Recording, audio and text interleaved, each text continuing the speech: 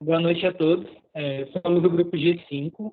Estudamos na instituição Campos Sales. Cursamos o 8º semestre de administração. E o nosso grupo hoje vai falar sobre transgênero no esporte. Somos um grupo formado por 6 pessoas.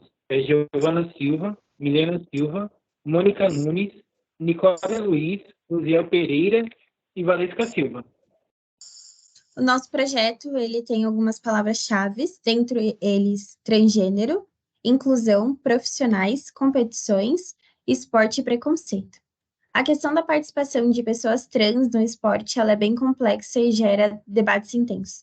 Então, existem diversos pontos de vista e opiniões que muitas vezes refletem a valores pessoais, crenças e atitudes em relação à igualdade, justiça e equidade. O mundo esportivo ele está longe do consenso sobre a participação de atletas trans em competições de ponta, e esse trabalho ele tem como finalidade abordar esse tema tão complexo e polêmico. Temos ciência que a neurociência e a sexualidade de que pessoas trans possuem uma incompatibilidade entre a biologia e seus corpos e seu cérebro. Além disso, existe um grande cenário de preconceito e violência que ronda a vida de pessoas trans. E é óbvio que as pessoas devem sim ter o direito de assumirem sua identidade de gênero e nome social, sem qualquer tipo de preconceito. Desde os antigos gregos e romanos, os esportes têm sido uma parte importante da cultura humana ao longo da história, onde atletas tornam possível aquilo que aparentemente era impossível. Algumas pessoas argumentam que atletas transgêneros devem ser livres para competir no gênero com o qual se identificam, promovendo a inclusão e respeitando os direitos individuais. Argumentam que, ao impor restrições com base no sexo atribuído ao nascimento, corre-se o risco de discriminar pessoas trans e negar-lhes oportunidades justas. Outros expressam preocupações sobre a equidade competitiva, especialmente em esportes nos quais características físicas específicas podem conferir vantagens. Há receios de que atletas transgêneros, devido às diferenças biológicas relacionadas ao sexo atribuído no nascimento, possam ter vantagens competitivas ou desvantagens, dependendo do contexto. Para abordar essas preocupações, algumas organizações esportivas estão implementando políticas específicas para garantir uma competição justa. Essas políticas podem incluir critérios para requisitos de tempos de transição, níveis hormonais específicos ou outras medidas para garantir a equidade. As opiniões entre os profissionais em relação à participação de pessoas transgêneras em competições esportivas variam amplamente, refletindo uma diversidade de perspectiva. Abaixo uma das opiniões e preocupações levantadas no podcast dos Irmãos Dias, onde entrevistam Ana Campagnolo, deputada estadual, presidente do PL Mulher de Santa Catarina, autora, antifeminista e professora de História. Então, aqui agora a gente vai passar um vídeo sobre esse podcast da Ana Campagnolo. Agora, uma dúvida que eu tenho, né? Hoje a gente vê muito esse movimento trans. Tem muito esse movimento e também a gente está vendo isso nos esportes. E está sendo autorizado, né, os trans, ou as trans, desculpa, pessoal, não sei como falar, a participarem dos esportes na categoria feminina. E claro, na minha visão, o transexual tem mais força, né, naturalmente, para algumas coisas, para esportes, acabam levando medalhas, títulos, enfim. Qual a sua opinião sobre isso? Você acha que isso é correto? O que você pensa sobre isso? Eu recomendo o pessoal que está assistindo que procure bastante sobre isso relacionado ao nome da Ana Paula Henkel, jogadora de vôlei. Ela tem uma militância, não gosto dessa palavra, mas ela tem uma atuação muito forte em combater esta incursão de trans, homens ou mulheres, sei lá, no esporte feminino. Aliás, uma das coisas mais aparentes e mais óbvias pra gente é que dificilmente uma mulher de nascimento muda a sua condição, a sua aparência, sei lá, faz uma cirurgia de reversão ou mutação de sexo, sei lá, e vai para o esporte masculino. Não vai ser aceita essa mulher porque ela não tem o nível. Isso que você disse, Carol, a minha opinião, você toda toda ali com cuidado. Isso é um negócio completamente antidemocrático. Você vai falar alguma coisa sobre os gays, sobre os trans, você já fica todo se cheio de 9 horas, né? Então, assim, esse cuidado que você teve para dizer algo óbvio, tá? Nas Forças Armadas Americanas foi realizada uma pesquisa com os recrutas. Olha, o recruta homem, ele não necessariamente é mais forte do que um homem comum, mas a recruta mulher, ela sabe que vai passar por uma prova, um teste físico, que não é um ambiente essencialmente feminino, então ela se esforça muito mais, né?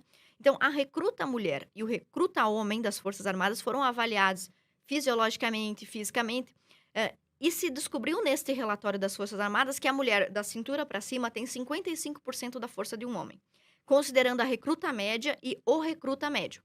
Ou seja, mesmo que eu pegasse a melhor mulher e comparasse ela com o recruta médio masculino, eu não teria uma mulher mais forte. Então, mas eu conheço mulheres que são mais fortes do que certos homens. Quando a gente quer fazer uma análise social, a gente tem que partir do que é genérico. Temos que generalizar, né? E deixar as exceções de fora. Então, genericamente, você está correta. Não é só a sua opinião. Inclusive, a própria Simone de Beauvoir diz isso no livro dela, O Segundo Sexo. Uma das primeiras coisas que ela faz, um dos primeiros capítulos, é analisar a biologia. Não só das mulheres, mas dos insetos, das aranhas e tudo mais. E ali nessa análise ela diz, é indubitável, é indiscutível que a mulher é mais fraca do que o homem e não pode enfrentá-lo em uma luta corporal. A mulher vai perder. Inclusive, é por essa razão também que muitas mulheres preferem se aliar aos homens, diz a Simone de Beauvoir, do que ficar contra eles. Porque você ofere mais vantagem se aliando a alguém mais forte do que você, do que competindo com essa pessoa. Então, é óbvio que há uma diferença. Esses atletas, você pode observar um determinado padrão. Esses atletas que nasceram homens, quando eles passam para o esporte feminino, eles têm um critério. Mas tem critério, sim. Mas eu não acho suficiente esse critério. Eu passei 40 anos, 30 anos como homem biológico. Aliás, a testosterona que nós recebemos quando estamos no ventre das nossas mães afeta o nosso cérebro até o dia da nossa morte. Então, esse cara não tem como entrar dentro do ventre da mãe e sofrer uma testosteronizada. Então, o que acontece? Estes caras já viveram 30 anos como homens, eles passam aquele período de adaptação que é exigido pelas federações dos esportes e depois eles vão competir. No esporte masculino, geralmente eles são insignificantes. Quando eles entram no feminino, eles ganham medalha. Sim. Então, assim, isso... Tem muita vantagem. Por favor, né? Imagina no nadador, o homem ele tem mais força, gente. Né? Isso já vem desde a época antiga. No Quem ia pra vôlei, guerra né? eram os homens são mais fortes. Imagina sei lá, luta de espada na época medieval. Um exército de 10 homens contra 10 mulheres, vai ter uma desvantagem. O homem ele é mais forte, né? Tanto é que a gente pega aí construção e tal, a maioria é homem, os pedreiros, né? Tem pedreiro mulher? Tem, mas a maioria é os homens. Agora a gente vai falar um pouco de algumas imagens abaixo. Aqui a gente tem uma atleta transgênero, é a levantadora de peso neerlandesa Lauren Hubbard, que fez história em Tóquio ao se tornar a primeira mulher abertamente transgênero a participar de um evento olímpico. Mais abaixo a gente tem outra imagem de uma discussão que foi após a repercussão sobre o desempenho da norte-americana Lia Thomas em torneio universitário dos Estados Unidos. O Congresso Extraordinário da FINA divulgou uma série de condições à participação de atletas trans em torneios da entidade.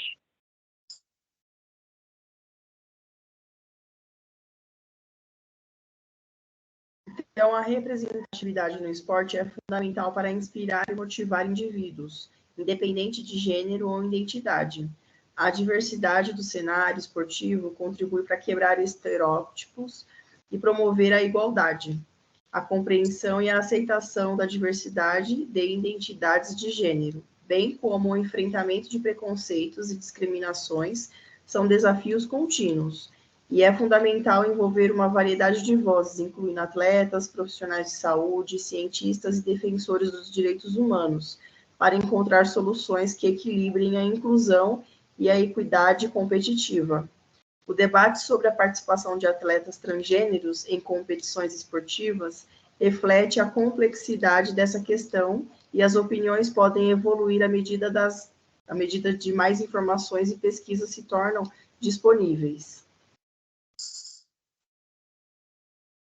Aqui agora a gente tem as referências que a gente usou para se basear durante o trabalho. Alguns dos sites foram Conexão, UFRJ.br de 2022.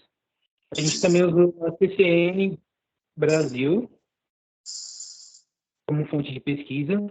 Também tivemos o jornal da Unesp.br, uma matéria de 2022, e o podcast Trans no Esporte é Justo, foi feito com a Ana Compagnolo e a participação dos irmãos Dias. Com isso, a gente espera ser fonte de pesquisa para as pessoas nesse cenário complexo. Agradecemos a